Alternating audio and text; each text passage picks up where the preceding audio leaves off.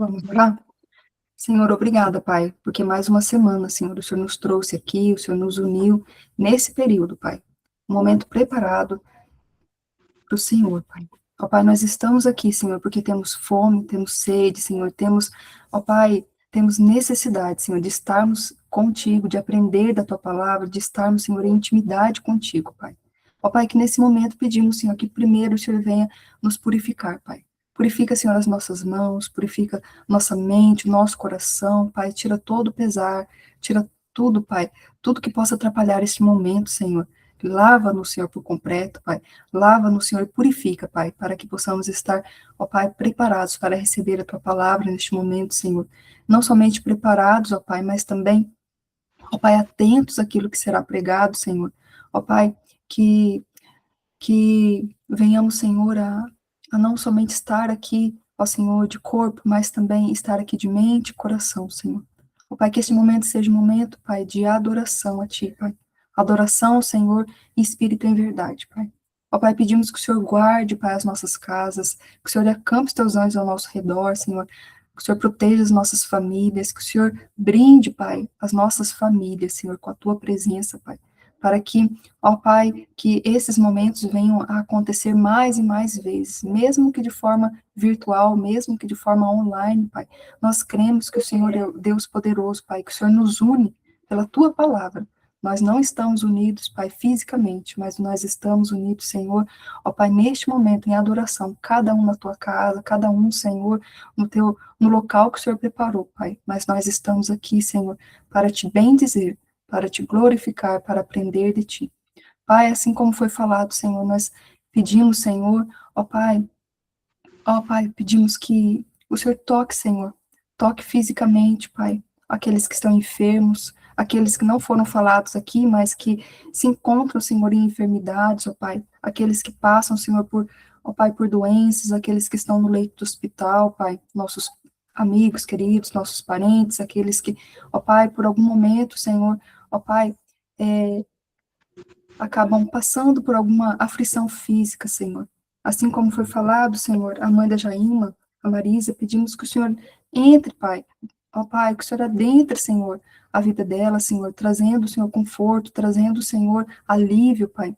Ó Pai, que o Senhor capacite os médicos, Senhor, para trazer o diagnóstico também, ó Pai, a, a orientação necessária, Senhor.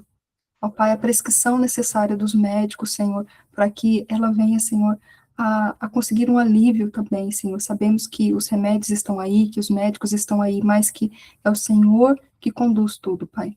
Então, pedimos que o Senhor, ó Pai, que o Senhor abençoe, Pai, que o Senhor capacite os médicos para trazer um diagnóstico, trazer, Senhor, ó Pai, o, a prescrição correta, Pai, daquilo que, o tratamento correto para ela, Senhor. Assim nós pedimos também para a Aline, Senhor, que mandou mensagem agora à tarde, pedindo pela saúde dela, Senhor.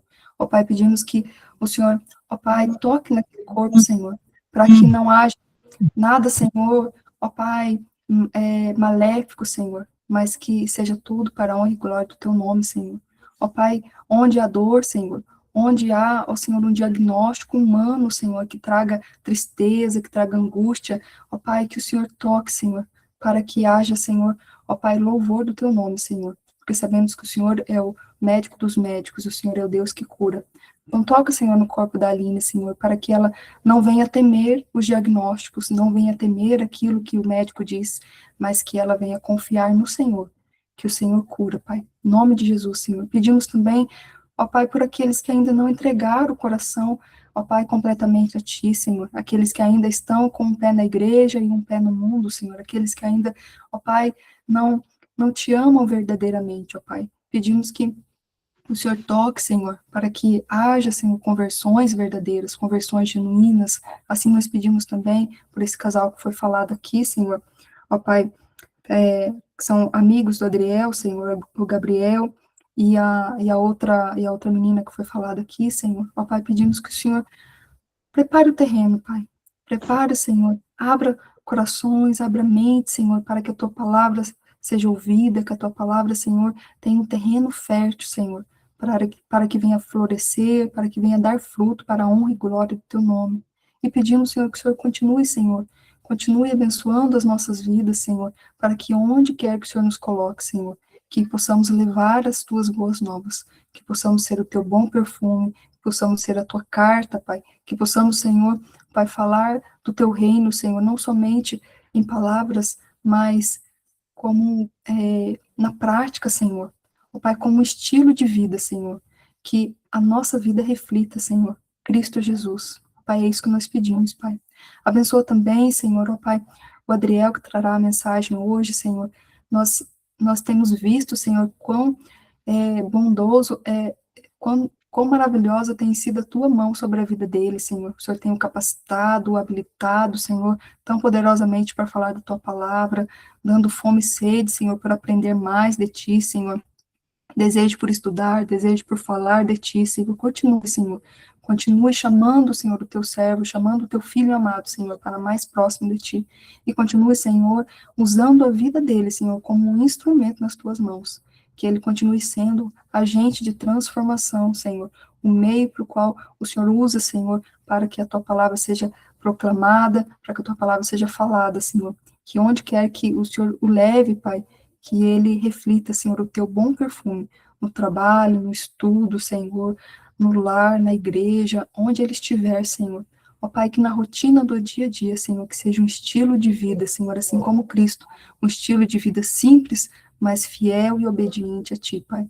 Ó Pai, assim nós pedimos, Senhor, também a Tua guarda na vida dele, Senhor. Brinda ele, Senhor, com a Tua proteção, com a Tua graça, Pai, para que ele consiga, Senhor, Pai, alcançar lugares, Senhor, onde ele jamais imaginou, Senhor, mas protegido e enviado por Ti, Pai. Assim nós oramos e pedimos também a Tua bênção por cada pessoa que está aqui participando dessa reunião de oração, que cada pessoa que irá assistir e ouvir depois, Pai, que o Senhor encha-nos, Pai, com a Tua paz, com a Tua graça, com a Tua presença, Senhor.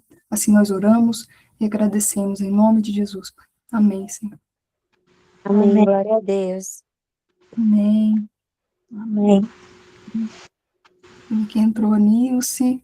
Boa noite, Nilce. Aline, boa noite. Vou apresentar de novo aqui o Adriel. Boa noite, a Nilce. O Adriel, ele é filho da Rita, é nosso vizinho aqui, Nilce. Nilce de Camanducaia também. Nosso vizinho aqui de Itapeva. Qualquer hora a Nilce vai lá conhecer vocês, né, Nilce? Já convidei ela. Qualquer hora ela vai lá. Né? E tá desligado seu microfone? Diga aí. Prazer, Adriel. A Rita, a gente já viu em outra reunião. Mas que delícia, é um prazer recebê-los, viu? Muito obrigado. Hoje o Adriel vai trazer uma mensagem para a gente. Vou desligar meu microfone aqui, vamos estar só ouvindo, só, né, prestando atenção. E depois, no finalzinho, vai anotando aí as perguntas, as dúvidas, né, aquilo que você queira falar, né? A gente fala bastante, né? E o Adriel vai compartilhar com a gente a mensagem, depois a gente fala um pouquinho também, tá bom? Vou desligar aqui. Pode falar, Adriel. Tá certo, então. Obrigado, Érica, pelo convite. Obrigado, pessoal, por estar me recebendo aí. É uma alegria sempre poder estar. Sou jovem ainda, mas é uma paixão, é um chamado que eu tenho abraçado com muita alegria de pregar o evangelho, de assumir essa responsabilidade. Enfim, não sei se meu microfone dá retorno, e também normalmente eu falo muito, tá? Então, Érica, se eu estiver falando muito, ela falou assim, ó, uns 10 minutinhos, eu falei, tá bom, vou preparar, vou tentar não passar de 6 horas, mas vamos embora, vamos tranquilo. Então, pessoal, por favor, aqueles que tiverem com as suas Bíblias aí, que não tenham aberto ainda no livro de Isaías, no capítulo 2, a gente vai ler do versículo 6 até o final do capítulo. É bem grande, mas é bem rico de conteúdo, é uma poesia do profeta Isaías. A gente vai dar uma aprofundada maior nesse texto. Tá certo? Eu vou ler, em seguida eu vou orar novamente e a gente começa o nosso encontro de hoje. Diz assim a palavra do Senhor. Pois tu, Senhor, abandonaste o teu povo, a casa de Jacó, porque os seus se encheram da corrupção do Oriente e são agoureiros como os filisteus, se associam com os filhos dos estrangeiros. A sua terra também está cheia de prata e de ouro, e não tem conta os teus tesouros. Também está cheia de cavalos, e os seus carros de guerra não têm fim. Também está cheia a sua terra de ídolos. Adoram as obras que as suas mãos fizeram, que os seus próprios dedos fizeram. Com isso, a gente se abate e o homem se avilta. Portanto, não lhes perdoes. Vai, entra nas rochas e esconde-te no pó, ante o terror do Senhor e a glória da sua majestade. Os olhos altivos dos homens serão abatidos, e a sua altivez será humilhada. Só o Senhor será exaltado naquele dia, porque o dia do Senhor dos Exércitos será contra todo soberbo e altivo, e contra todo aquele que se exalta para que seja abatido. Contra todos os cedros do Líbano, que são altos e são muito elevados, e contra todos os carvalhos de Bazã, contra todos os montes altos e contra todos os outeiros elevados, contra toda a torre alta e contra toda a muralha forte. Será também contra todos os navios de Tarsis e contra tudo o que é belo à vista. A arrogância do homem também será abatida, e a sua altivez será humilhada. Somente o Senhor será exaltado naquele dia. Os ídolos serão de todo destruídos. E então o homem irá se meter na caverna das rochas e nos buracos da terra, diante o terror do Senhor e a glória da sua majestade, quando ele se levantar para espantar a terra. Naquele dia, os homens lançarão às toupeiras e aos morcegos os seus ídolos de prata e os seus ídolos de ouro, que fizeram para ante ele se prostrarem. E meter-se-ão pelas fendas das rochas e pelas cavernas das penhas, diante do terror do Senhor e a glória da sua majestade, quando ele se levantar para espantar a terra. Afastem-se, pois do homem cujo fôlego está em seu nariz, pois em que ele pode ser estimado. Amém? Vamos estar orando novamente. Senhor, meu Deus, muito obrigado, Pai. Muito obrigado porque a sua palavra ela é rica, a sua palavra ela é inspiradora, ela enche o coração e ela nos incendeia, Pai, nos incendeia com o teu amor que é derramado sobre nós diante da tua palavra, Pai. Que somente o seu evangelho seja pregado aqui hoje e que seja tudo para a sua honra e para a sua glória. Em nome do Senhor Jesus. Amém. Amém. Esse texto, ele é meio assustador, né, se a gente for pensar da maneira correta. Principalmente se você, que já leu o capítulo 2 de Isaías, você leu os 5 primeiros versículos que começam antes desse que a gente leu, e eu queria comentar bem rapidinho sobre eles. Se você olhar bem na sua Bíblia, o título que vai estar em cima do começo do capítulo, o título desses 5 primeiros versículos, se chama A Glória Futura de Israel. E agora que o nó na cabeça fica maior ainda, porque como que um texto desse que a gente leu hoje, que fala sobre abandono, fala sobre o terror, sobre desgraça mesmo, sobre caos, ele inicia com um título de Glória Futura. Se a gente for olhar bem e trazer para a nossa realidade, parece com a gente, certo? Porque a gente vive num estado semelhante a esse que o profeta está narrando aqui, um estado de pecado, de perdição, de a gente ser falho, e é exatamente isso que o povo de Israel está passando, não na mesma magnitude. Então, se a gente olha os 5 primeiros versículos, eles são um cântico do povo de Israel, da mesma forma como a gente canta na igreja domingo à noite. Por exemplo, renova-me, Senhor Jesus, ou para ti quero viver, compartilhar do teu grande amor, e não tem nada de errado nisso. Porque mesmo o povo de Israel que estava nessa situação, os 5 primeiros versículos, se a gente fizer a análise correta do texto, é exatamente um período de louvor, um período de culto, onde as pessoas de Israel elas estavam esperando uma glória vindoura, uma glória futura, ainda a ser revelada, que é o mesmo que a gente espera hoje, né? A volta de Cristo, onde todos seremos feitos novos. E é justamente aí que o nosso texto começa a ganhar vida. Porque Isaías não está escrevendo aqui para um povo santo, um povo perfeito, um povo obediente. Muito pelo contrário. Ele acabou de descrever uma Jerusalém corrompida. É o começo do nosso texto. Uma Jerusalém injusta diante de Deus. E ainda assim, o começo do capítulo vai falar sobre uma glória futura. Por que isso? Porque a esperança do povo nunca teve naquilo que eles eram naquele momento. Mas a esperança do povo sempre tem que estar naquilo que Deus promete fazer. A glória futura não é uma recompensa pela fidelidade de Israel. É uma promessa da fidelidade do próprio Deus. E é exatamente como a gente hoje. A promessa de Deus para a nossa santificação não depende da nossa fidelidade de hoje, porque se depender da gente, a gente é pecador, a gente estaria completamente perdido. A promessa da nossa glória futura é uma promessa que dá fidelidade do próprio Deus. Isso é o que acontece exatamente quando a gente se reúne como igreja. A gente não canta porque a gente já chegou aonde queria chegar. A gente canta porque a gente sabe para onde Deus está levando a gente. E a gente não canta porque a gente é santo. A gente canta porque um dia a gente será plenamente conformado à imagem de Cristo. É exatamente isso, os 5 primeiros versículos que eu só estou dando uma pincelada aqui, sobre a glória futura. E é exatamente por isso que depois desse momento de louvor, que é o início do capítulo 2 de Isaías, Isaías joga a gente de volta para a realidade. Depois de a gente olhar sobre essa glória futura, o profeta Isaías ele vai olhar para o coração do povo. Depois de contemplar um pouquinho da glória futura, ele encara uma miséria presente, uma situação real do povo. E é justamente essa tensão que nasce a oração do versículo 6, que começa de uma forma bem interessante, né? Começa porque o Senhor abandonou o seu povo. Então, se a gente for estruturar o texto, trazendo bem prático para a gente conseguir compreender, a gente começa a enxergar o capítulo 2 de Isaías dessa forma, sendo os 5 primeiros versículos um hino, onde as pessoas estão cantando sobre uma glória futura. E logo em seguida, como qualquer culto, a gente tem uma oração do profeta, que vai do versículo 9 até o versículo 5.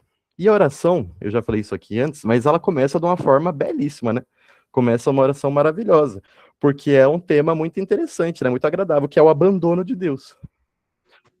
E ele começa dizendo, pois tu, Senhor, abandonaste o teu povo. E aí, né, a gente fica dando palco para aquelas orações que falam, o Senhor não abandona o seu povo, glória a Deus porque o Senhor não nos abandona, o Senhor nos segura. Eu quero ver como que é difícil dar glória a Deus para uma oração, o Senhor abandonou o seu povo, glória a Deus porque o Senhor nos abandonou. Quem que é o louco que vai glorificar a Deus quando ele abandona a gente? A questão é porque a gente não entende o abandono de Deus. Se a gente soubesse o significado verdadeiro do abandono de Deus, a gente glorificaria Deus o tempo todo. Quem aqui lembra quando Jesus estava pendurado na cruz? O que ele disse? Ele disse, Deus meu, por que me abandonaste? A gente tem que ser grato pelo abandono de Deus, porque, primeiro, ele só pode abandonar o que pertence a ele. Um povo que não pertence a Deus não pode ser abandonado por Deus. Então, se coloca no lugar das pessoas que estão ouvindo o profeta. Elas começam todas cantando, né, falando sobre uma glória futura, alegres, e é igual a gente chega na igreja aqui do pastor Isaías, né, e aí a gente canta para um tempo futuro, um tempo distante, aí o coração se enche de alegria, a gente senta na cadeira, né, o pastor fala assim, irmãos, vamos orar, e a primeira coisa que o pastor Isaías diz é assim, o Senhor abandonou o seu povo. Porque quando a gente ouve a palavra abandono, a gente pensa em rejeição, a gente pensa em uma coisa que é definitiva. A gente pensa em um pai que vai embora, nunca mais volta, a gente pensa em alguém que desiste completamente, mas Isaías não está falando desse tipo de abandono. O abandono de Deus que Isaías está dizendo aqui não é perda de aliança, é a retirada de uma mão protetora. É literalmente Deus falando assim, se é esse caminho que vocês insistem em seguir, então eu vou deixar que vocês vão, pode ir. Vocês vão experimentar a consequência dos seus atos. E é exatamente por isso que mais tarde, quando Cristo está pendurado na cruz, ele fala, Deus meu, por que me abandonaste? Esse abandono é diferente de qualquer abandono, não é simplesmente o abandono. Porque ali, pela primeira vez, o filho inocente, que é Jesus, ele experimenta o abandono que a gente merecia. Isaías anuncia um povo que é entregue à consequência do próprio pecado. E no Calvário, Cristo é entregue no lugar desse povo. Então, de uma forma, como se fosse um paradoxo mesmo, uma coisa que não tem sentido, a gente tem que ser grato pelo abandono de Deus. Não porque Deus abandona o povo para destruir o povo, mas porque quando Deus abandona, ele está disciplinando aqueles que pertencem a ele. E, sobretudo, porque não houve um abandono infinitamente maior, o de Cristo na cruz, para que a gente nunca fosse abandonado definitivamente. E por que o profeta, naquele momento, diz isso para o povo? Por que o povo merecia ouvir isso? E a resposta vem naturalmente na sequência do texto. No versículo 7, no versículo 8, o abandono de Deus vem justamente por aquilo que eles utilizavam como argumento da presença de Deus, mas significava o abandono. As pessoas estavam utilizando riquezas, prata, ouro, como motivo de dizer Deus está comigo, sendo que esse era exatamente o motivo do abandono. O versículo 7, ele vai falar sobre uma terra que é cheia de prata, de ouro, não tem conta aos seus tesouros. Era muito ouro, muita prata. É sobre um reino que é descrito lá em 1 Reis, no capítulo 10, um reino onde todos os dias vinham barcos e barcos carregados de ouro, de prata, de madeira refinada, de pedra preciosa, e também vai falar sobre uma Israel que é militarmente poderosa, uma Israel que é um exemplo militar. Então a gente vê o povo usando aquilo que é sinal de abandono como se fosse sinal de presença. Eles falam assim, Deus está presente na nossa vida porque a gente é rico. Se a gente não fosse rico, olha, Deus não estaria com a gente. Deus está com a gente porque a gente é forte, então é por isso que Deus está com a gente, mas sendo que é exatamente o contrário. E tudo isso aponta para o próprio orgulho do homem. Aponta para tudo aquilo que a gente usa hoje como se fosse um motivo de glória. E tem uma coisa muito interessante nisso. Deus não está condenando o ouro por ser ouro. Não, Deus não está condenando o poderio militar simplesmente por ser um poderio militar. Deus não condena o ouro, ou a gente, porque a gente tem uma boa condição de vida, ou porque a gente é forte, independente do sentido que seja. O problema nunca é possuir essas coisas. O problema é transformar essas coisas numa evidência da presença de Deus. É como se Deus olhasse para Jerusalém e dissesse assim, Israel falando, né? Olha quanto ouro a gente tem, Deus está conosco. Olha o tamanho do nosso exército, Deus está conosco. A gente é próspero, certamente Deus está abençoando a gente. Mas Isaías está falando assim, está errado, exatamente o contrário. Vocês estão confundindo prosperidade com comunhão. Estão confundindo sucesso com santidade. E é um pecado muito perigoso na história do povo de Deus, porque é um pecado difícil de ser percebido. Afinal, quem olha de fora vê uma nação rica, vê uma nação poderosa, uma nação organizada e parece abençoado. Da mesma forma como as pessoas vão olhar para a gente hoje e falar assim, olha, ele tem prosperidade, então ele é abençoado. Mas Deus não vai olhar para os cofres, Deus não vai olhar para o quanto de saldo você tem na sua conta hoje, mas Deus vai olhar para o coração. E o coração daqui, do povo de Israel, nesse contexto, já não confiava mais no Senhor.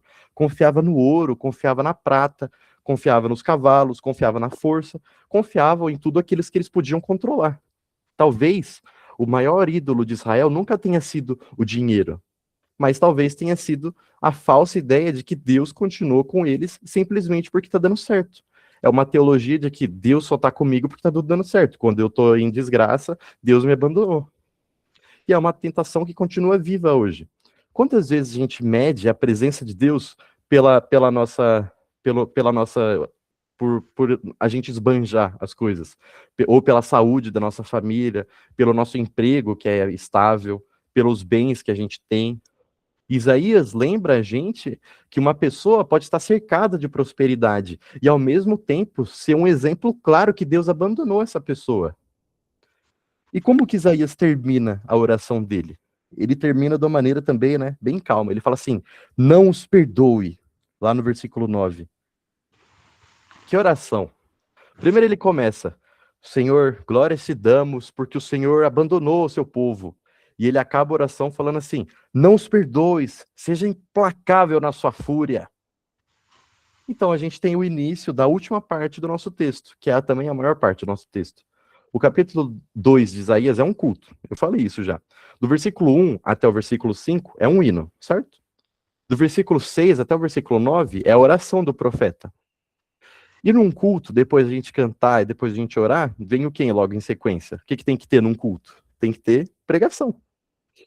E é exatamente isso que é o restante do capítulo. Do versículo 10 até o versículo 22, a gente tem a pregação do profeta Isaías.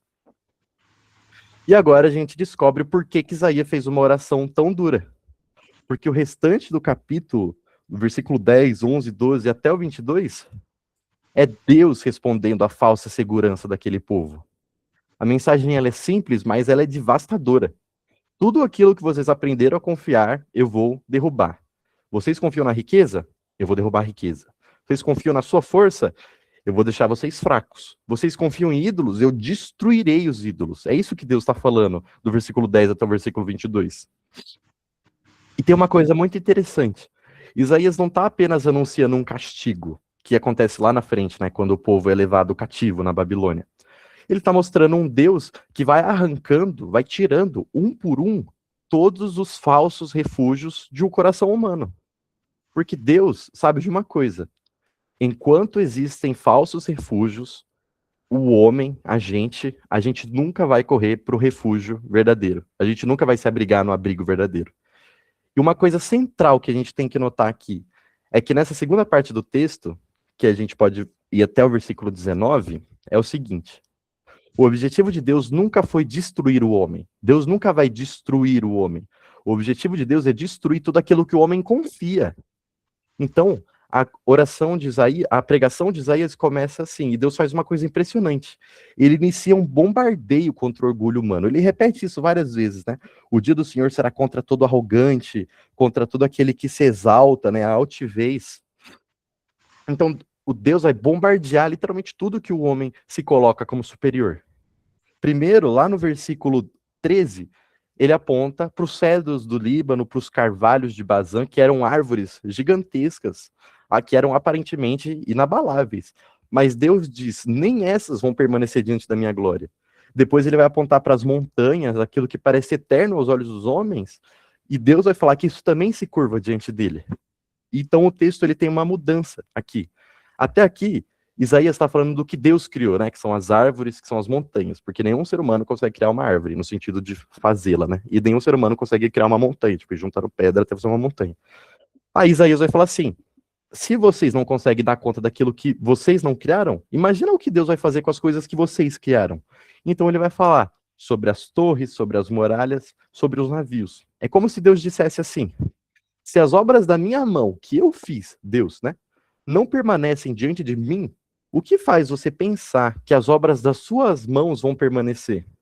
E é por isso que o texto vai terminar falando de ídolos. Porque o problema nunca foi a torre, o problema nunca foi o navio, nunca foi a riqueza. Isso são só coisas. O problema é quando o homem transforma essas coisas naquilo que o homem confia, naquilo que o homem põe o coração dele. Então percebe o que Deus está fazendo? Deus ele não está destruindo aleatoriamente. Deus não está só tirando aquilo que o homem gosta. Ele está derrubando um por um todos os lugares aonde o homem coloca esperança. Primeiro riqueza, depois poder e depois as coisas que o homem faz.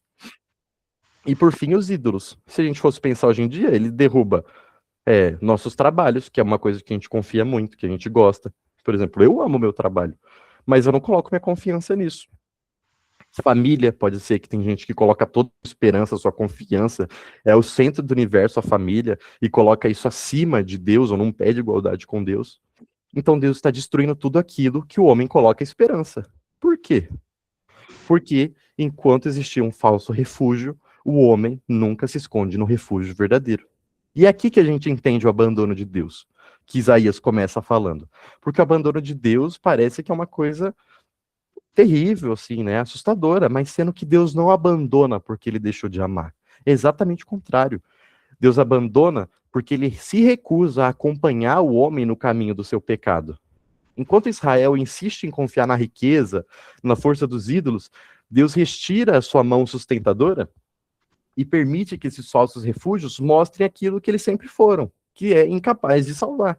Não tem nada na nossa vida que a gente é cercado que possa salvar a gente do nosso pecado. É impossível. Às vezes, o maior ato da misericórdia de Deus não é impedir a nossa queda, mas é permitir que tudo aquilo que a gente confie desmorone. Porque somente quando o ídolo do nosso coração cai, é que a gente descobre uma rocha que nunca cai. E essa rocha é Jesus Cristo. O objetivo desse bombardeio, o objetivo do bombardeio de Deus sobre as nossas vidas, sobre aquilo que a gente diz que é o diabo, o diabo tá me destruindo, tá atacando contra a minha vida, por isso que eu tô doente, por isso que eu tô caindo em miséria, não é para que a gente olhe em nossa volta e a gente fique com indignação e fúria. É para que quando a gente esteja sozinho, sobre as nossas próprias cinzas, Jó passou por isso. Tem um momento que fala que quando Jó está ajoelhado sobre as próprias cinzas, a única coisa que ele consegue ver diante da frente dele é a graça de Deus. Então, o motivo para que Deus permite que a gente esteja caído na nossa própria miséria, é porque quando a gente se veja sem nada que aquilo que a gente ama, que a gente coloca no lugar de Deus, a gente só consiga olhar para a cruz onde Jesus foi pendurado. Às vezes, Deus permite que o nosso caminho seja interrompido, que os nossos planos desmoronem, que a nossa falsa segurança seja arrancada, não porque Ele quer perder a gente, não porque Deus está nos castigando, mas porque Deus quer nos salvar. Porque enquanto o homem consegue se sustentar nos seus próprios ídolos, o homem nunca vai procurar a rocha. É isso que Isaías fala no final do capítulo. Então os homens se meterão nas cavernas das rochas e nos buracos da terra. Isaías fala, entra na rocha, porque é o único lugar que vai subsistir ao dia do terror do Senhor. O trabalho do bombardeio do Senhor contra o nosso ego, contra o nossa própria força, é colocar a gente na rocha. E eu pergunto para você hoje, como que está a sua rocha? Aonde é o seu refúgio? Quando tudo está dando errado, para qual direção que você olha primeiro, que você corre? Quando Deus coloca o dedo na nossa história, que é pequenininha, e Ele dá uma mexidinha assim, para onde que a gente corre? Para onde que a gente vai? No versículo 20, vai aparecer duas palavras que são bem diferentes, né, que a gente não é comum em ver na Bíblia. O profeta vai falar sobre toupeiras e sobre morcegos. E você pode pensar que você seja uma topeira que é tapada, que é cega, que se esconde de pavor, ou que também como um morcego que vive nas trevas, tem problema para ver, voa desesperadamente, e qualquer sinal de perigo, você sai voando desesperado. E eu digo para a gente hoje, a gente é pior do que uma topeira, a gente é pior do que um morcego, porque a gente é a gente. O profeta escolhe a dedo o exemplo que ele quer dar ao povo. Todas as criaturas, tanto as topeiras quanto os morcegos, elas não enxergam, elas são cegas. O que para essas criaturas, luz e trevas não tem diferença, é tudo igual. E se a gente for olhar para Deus também luz e trevas não tem diferença, é a mesma coisa. Mas diferente de uma morcega, de um topeiro, Deus ele enxerga tanto na luz quanto na escuridão. Nada foge aos olhos de Deus. Não há lugar que a gente possa se esconder em que Deus não nos ache. O olhar de Deus vai fulminar a gente aonde quer que a gente esteja. Por isso que a pergunta que Isaías faz é, em que buraco você se esconde? Em que rocha que você está metido? Porque as criaturas que Isaías cita, elas corriam para a escuridão. E mesmo que a gente corra para a escuridão, o Senhor ainda nos acha lá. Porque só tem uma rocha onde Deus pode salvar uma topeira e um morcego como a gente. Só existe um lugar, que é a rocha, que é Jesus. Ele é a rocha. Ele é aquele que sofreu o verdadeiro abandono. Porque foi ele que disse, Deus meu, por que me abandonaste? Porque ele sim sofreu o abandono que cabia a gente. Ele sim foi abandonado. E quando ele, que não merecia nenhum bombardeio da ira de Deus, quando ele disse, Deus meu, por que me abandonaste? Porque a gente não lê essa passagem e a gente diz, Senhor, me coloca no lugar de Jesus, porque foi eu que te abandonei. Jesus nunca abandonou o Senhor, ele nunca saiu do teu caminho. Tudo que ele fez porque ele seguiu ao Senhor.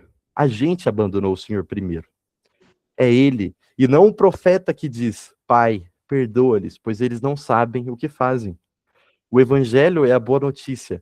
A gente é como o profeta, a gente olha para o pecado, tanto para a gente mesmo, quanto para as pessoas ao nosso redor, e a gente diz, não perdoa, Senhor. Mas o evangelho, Jesus vem para dizer, não porque você merece, não porque você é melhor do que ninguém, mas eu te resgato do seu estado de perdido, de desviado.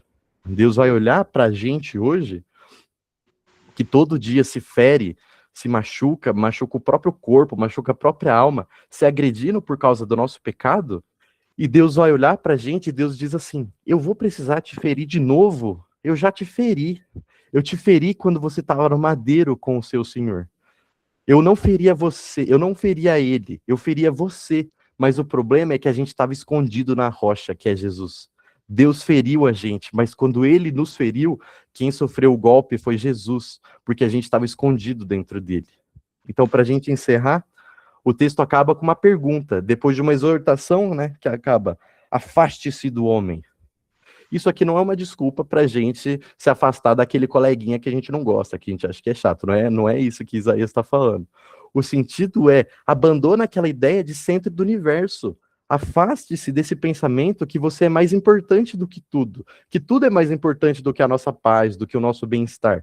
Se afasta, por qual é o valor disso? A sua paz, realmente, mais importante de tudo, a gente tem que estar disposto a abandonar tudo para a gente estar confortável? Não, não é isso. Talvez tem pessoas onde a gente vai pregar o evangelho que nunca vão ter percebido isso, mas que construíram a vida toda uma torre que um dia vai cair. Alguém que colocou toda a esperança em dinheiro, enquanto mais ganha, mais vazio se sente. Alguém que procura a aprovação das pessoas, que a aprovação das pessoas é o Deus da vida dessa pessoa, e vive cansado, porque nunca consegue agradar todo mundo. Tem pessoa que vai construir uma identidade no trabalho, no ministério, no casamento, nos filhos, nos estudos, e descobriu que nenhuma dessas coisas consegue trazer uma satisfação, uma alegria na alma.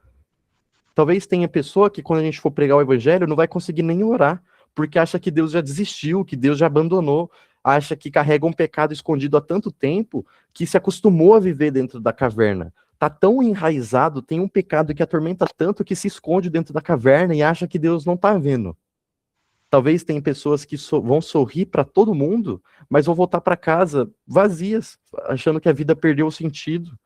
Ou alguém que vive tentando compensar os pecados com boas obras, tentando ser bonzinho, como se pudesse pagar uma dívida que só Jesus pode quitar.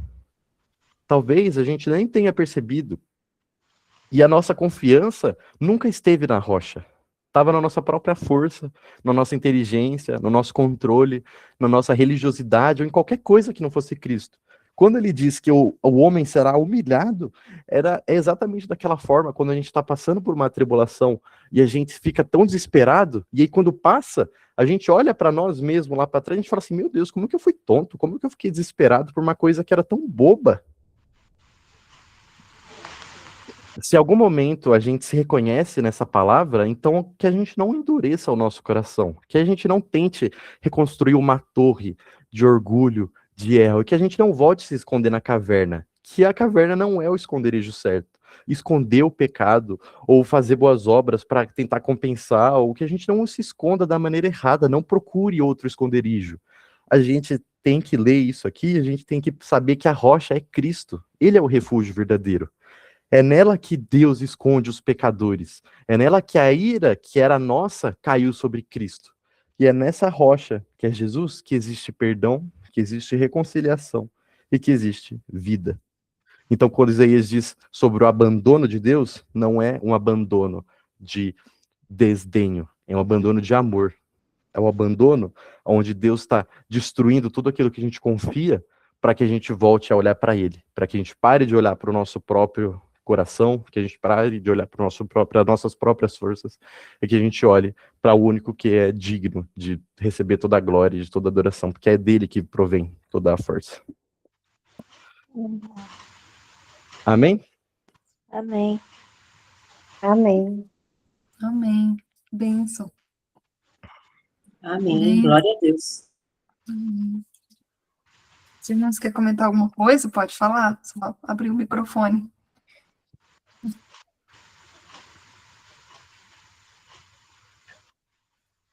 Bênção, né? Estava anotando aqui, o Natan veio e rabiscou tudo. Agora eu não lembro mais. Mas realmente, né? A gente tem alguns momentos que a gente vê nitidamente, né? Deus limpando a nossa volta, né? Às vezes por uma amizade, por um local, né? Nos tirando da zona de conforto.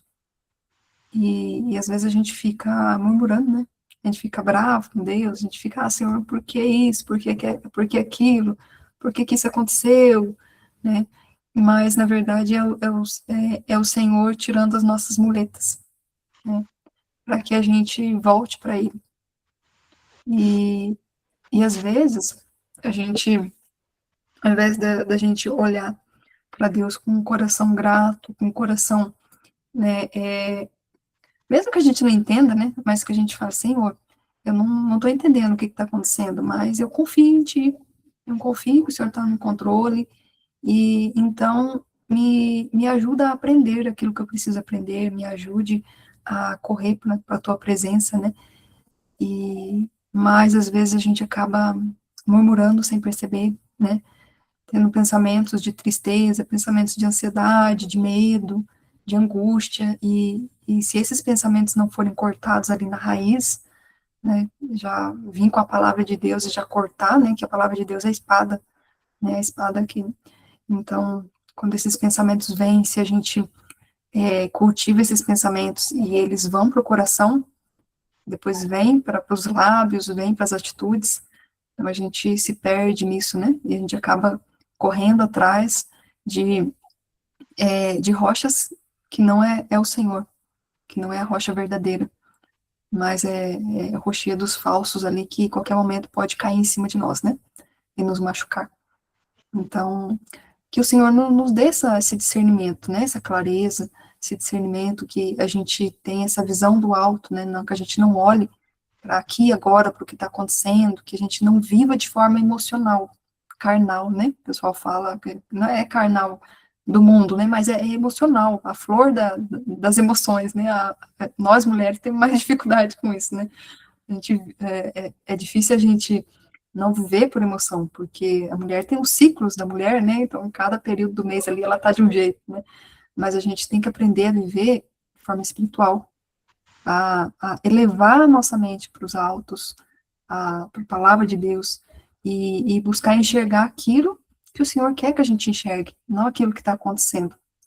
Ele falou, Senhor, o Senhor está me tirando da zona de conforto, mas eu sei que o Senhor tem um propósito, tudo tem um propósito, né, para nos moldar à semelhança de Cristo Jesus. E quanto mais a gente aproxima de Deus, mais semelhante a Jesus, né, a gente vai se tornando ali, né. Até tem uma música que fala, né, que a gente clamei pela presença de Deus e o Senhor me trouxe a Jesus. Ou seja, quanto mais a gente quer se aproximar de Deus, mais a gente percebe que a gente precisa ser mais semelhante a Jesus, né? E é interessante, né, que assim, às vezes, a gente precisa enfrentar os nossos medos, né, e não é por nós, mas é na força de Deus. E em coisas simples, né, em coisas simples, assim, aí me veio, assim, na mente aqui, né, uma ilustração, né, quando a gente estava, todo mundo, né, aprendeu a andar de bicicleta há um tempo, né, a gente andava com rodinhas atrás, né, e a gente achava que, né, até quando a gente estava aprendendo a andar, né, os nossos pais normalmente saem empurrando, saem segurando, e a gente acha que é a gente que está andando, né, a criança que está andando de bicicleta, né, mas até ela descobrir, né, que não é ela, né, que é o pai que tá ali empurrando, daí depois, quando ela realmente aprende a andar, mas tem a rodinha do lado ali ainda, que está segurando, então depois, quando ela aprende a andar sozinha com a rodinha, daí para tirar a rodinha, então tem que ter esse medo da criança, né, é uma coisa simples, é um medo ali de cair, mas quando ela vê, né, o pai e a mãe do lado, né, ali olhando, né, que isso dá segurança para ela, né, então, porque ela só deixa os pais tirar a rodinha, ou ela só confia, né, em andar de bicicleta sem a rodinha, porque ela vê que o pai tá perto, que a mãe tá perto, que se for cair ali, desequilibrar, o pai logo já vem e já pega, né, então, a gente tem que ter esse olhar simples de criança também, Senhor, se o senhor precisar tirar a rodinha, qualquer área da minha vida, né, que eu estou andando em rodinhas ainda, né, pode tirar, né, eu não quero chorar, mas pode ser que eu chore, mas eu quero olhar para a tua presença, eu quero sentir segurança, me ensina a confiar no Senhor como um pai verdadeiro que o Senhor é, muito mais do que um pai terreno, né, que o pai terreno ali, pode ser que não tenha tempo de correr atrás para segurar, mas o pai verdadeiro está ali, e mesmo que a gente caia, ele está ali para nos levantar, para sarar as nossas feridas, né? Então, e às vezes a gente leva essas rodinhas para a nossa vida adulta, às vezes até para a velhice, né? E não quer desfazer das rodinhas, e tá ali andando, andando, porque não confia no pai, né? E quando o pai vai tirar da zona de conforto, vai tirar as rodinhas, a gente reclama e coloca de novo, quer colocar de novo aquilo que o pai tirou, né?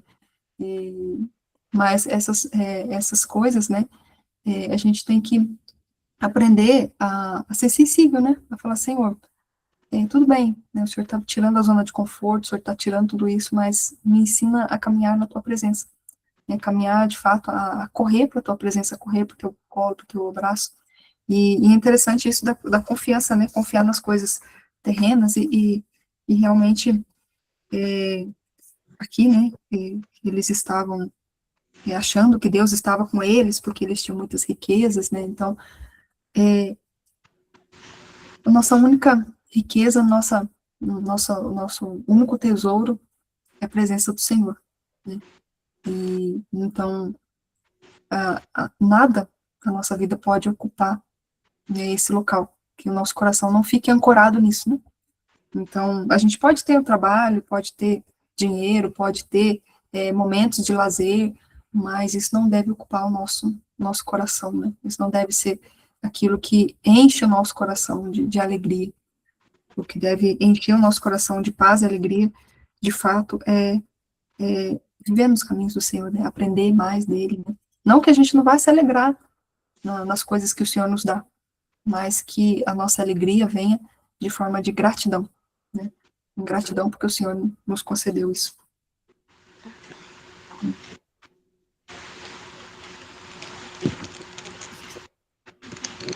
E só um último detalhe aqui, né? Que aqui eles correram para a rocha, né? É o único lugar que eles tinham, né? A rocha ali, né?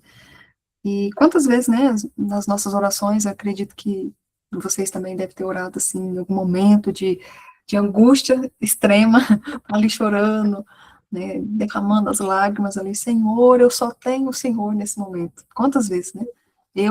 Nossa, muitas vezes eu orava dessa forma. Até um dia o Senhor vinha me constranger, né? O Senhor, eu só tenho o Senhor nesse momento. Mas eu só tenho o Senhor? Só? O Senhor é tudo que a gente tem. Daí o Senhor, sabe quando vem, ele vem confrontar, né, as nossas próprias palavras, né? A gente está ali chorando, Senhor, todo mundo me abandonou, só tem o Senhor. Mas o Senhor é tudo que a gente tem, né? Só, como assim só tem o Senhor, né? Então, assim, ele me constrangeu de uma forma de que eu vi que eu só precisava dele mesmo, é tudo, né? Até tem uma passagem, né, que Pedro fala para Jesus, Senhor, para onde iremos? O Senhor tem as palavras de vida eterna, então para onde a gente vai? Não que a gente só tem o Senhor, eu só tenho agora aqui Deus, eu só tenho aqui o caminho do Senhor para seguir, nada mais deu certo. Mas é isso, é tudo. Então, parece que quando a gente não chega, assim, no fundo do poço mesmo, a gente não, em alguns casos, né, parece que a gente não consegue ter essa mente renovada na palavra, mente renovada mesmo em Cristo Jesus, de que ele não é só, ele é tudo, né? Então, às vezes o Senhor vem nos constranger com as nossas próprias palavras, né? Aquilo que a gente está orando, ele vem e fala, né? E é isso aí, é o único lugar verdadeiro, é a rocha Cristo Jesus, é o braço do Pai, né? E isso que eu queria comentar também, que bênção de palavra, né? Realmente é confrontadora, né? Alguém quer falar mais alguma coisa? Pode falar, irmãs.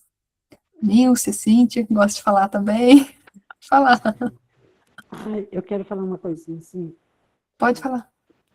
que eu percebi assim quando o Adriel estava falando, né, a respeito, veio muito forte assim, a respeito do orgulho, né? O orgulho, né, é um pecado, todos os pecados nos afasta de Deus, mas o orgulho, a soberba, é um pecado assim que você não consegue enxergar Deus, né? Você acha que é nas forças do seu braço que você vai ter, que você tem o que tem hoje. Então, o orgulho não deixa a gente reconhecer que é pela misericórdia de Deus que a gente tem o que tem, né? Como o salmista pede ali, né? Senhor, não é soberbo o meu coração, nem altivo o meu olhar. Não ando à procura de grandes coisas. Então, ele está se humilhando ali, né? E quando o Adriel estava lendo ali, Isaías 2,17, né? Fala, a arrogância do homem será abatida e a sua altivez será humilhada. É nesse lugar que nós temos que estar, né? Nesse lugar, assim, de, de achar, não, de ter a certeza que nós não temos nenhum poder sobre as nossas vidas, né? Se não é a misericórdia de Deus sobre as nossas vidas, que será de nós, né? Nós somos vermes, né? Isaías mesmo fala que nós somos vermes, né? Então, e aí ele continua, né? E a sua altivez será humilhada, só o Senhor será exaltado.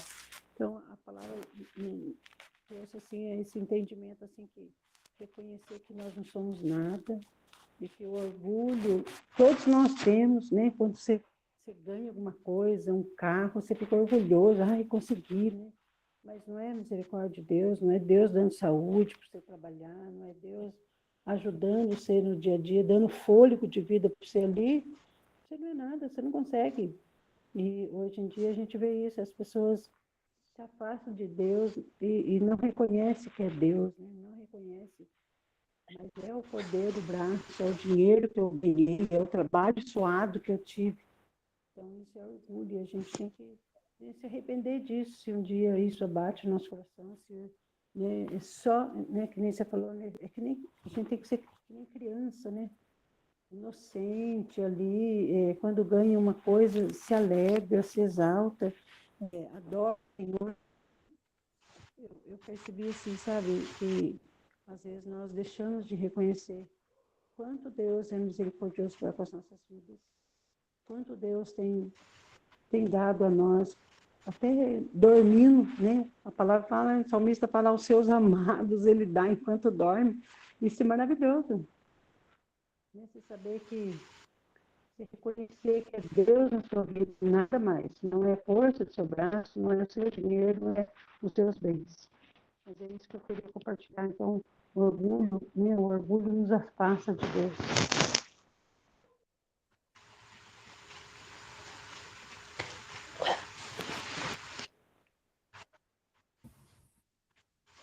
É verdade, Nilce. É isso mesmo. O evangelho, né? A graça do evangelho é essa, é colocar a gente no pé de Jesus. Se a gente lembrar de Pedro, quando Pedro tá caminhando sobre o mar e Jesus tá chamando, né? Jesus tá falando, vem até mim. E aí Pedro começa a afundar, Pedro cai nos pés de Jesus. Então, a graça do evangelho é essa, é se esconder mesmo, se esconde. É o evangelho meu pai gosta muito de falar, né? O evangelho da covardia. É de você saber que você não é forte. Então, seja covarde o suficiente e corra para o lugar certo. Corra para o lugar certo, que é Jesus. Então, se a gente começar a afundar, que a gente afunde igual Pedro, que a gente afunde e segure na mão daquele que está na nossa frente, que está estendendo a mão para a gente, falando assim: segura, vem, eu tô aqui com você. Amém. Isso aí. Verdade. Posso falar alguma coisa? A gente vê assim que as pessoas muitas vezes elas, que nem ela falou ali, né, a Nilce, o pecado afasta a gente de Deus, né?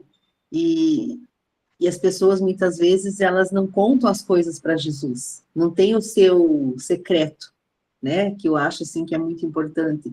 Elas preferem contar com pessoas que não, muitas vezes não conhecem Jesus, pessoas que não conseguem dar um auxílio ali a elas, né? E a gente tem que, o nosso refúgio onde que é? É em Jesus. Quantos aqui já não passaram por situações e que foram para um refúgio dentro de uma empresa, rapidinho, na própria casa, na própria rua, né? É o refúgio, a gente tem que contar com essa rocha que é Cristo. Porque os soberbos só se afastam de Deus. Só se afastam de Deus. Não tem como eles estarem junto de Deus. A soberba não chega. Deus não permite isso. E a graça de Deus é que Ele nos ama. Né? Eu penso assim que Deus nos ama, nos aceita como somos, e o nosso refúgio tem que ser em Jesus.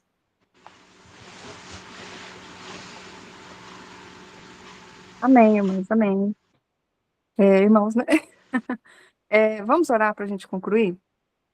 E o Natanzinho já está aqui querendo dormir. Vamos orar? Não tô não, Tá, gente. Eu não tô querendo dormir, não. Eu tô querendo que chegue amanhã logo. Tá bom, então vamos orar? Gabriel, você ora para a gente, para concluir? Oro sim. Senhor, meu Pai, muito obrigado, Deus, muito obrigado, porque o Senhor nos revela quem é a nossa rocha, Pai. O Senhor nos mostra para onde a gente tem que correr. O Senhor não nos entrega a nossa própria força, a nossa própria sorte, mas o Senhor aponta para a gente a direção. O Senhor não abandona, e mesmo no momento onde a gente pensa estar sozinho, a gente sente a sua mão conduzindo todos os passos, a gente sente a sua mão conduzindo todos os caminhos. Que o nosso coração saiba disso, Pai. Tranquiliza o nosso coração, no âmago do nosso coração, para que a gente possa saber isso, Pai. Saber que apesar de tudo, apesar de que pareça que o mundo não tem salvação, de que está tudo perdido, o Senhor é a luz, Pai. E a luz, ela brilha independente do lugar, independente da caverna que a gente esteja, Pai. Que nós, como cristãos, a gente possa correr para a luz e que nós possamos apontar para as pessoas que ainda estão cegas, ainda não conseguem ver aonde é a verdadeira luz, para onde elas têm que correr, para onde é a verdadeira luz, Pai. Que é Jesus Cristo, que se entregou na cruz por nós, Pai. Que o Senhor abençoe a nossa noite, abençoe a nossa semana, cuide do coração de cada um aqui, que o Senhor frutifique essa palavra em nossos corações, no meu coração principalmente, que o Senhor ajude que a gente todos os dias possa confiar mais no Senhor, Pai. É assim que eu oro e agradeço em nome do seu Filho Jesus. Amém. Amém. Amém, amém. Que bênção. Que bênção. Muito obrigada, Adriel, mais uma vez, né, por aceitar o convite, trazer para a gente essa mensagem, por estar conosco. Obrigada a cada irmã que está aqui participando. Nós nos reunimos toda terça-feira, tá? Então, sintam-se convidadas, tá? Para participar conosco novamente. E fiquem com Deus, tá bom? Amanhã eu compartilho a gravação aqui da mensagem para vocês. Beijo. Obrigada, Érica. Muito obrigada. Beijo, Valeu, boa noite. Érica. Deus Orem pelo meu bebê. Ai, vamos orar, sim. Fiquem com Deus. Boa noite. Manda um abraço. Boa noite. Tchau, tchau. Tchau, tchau.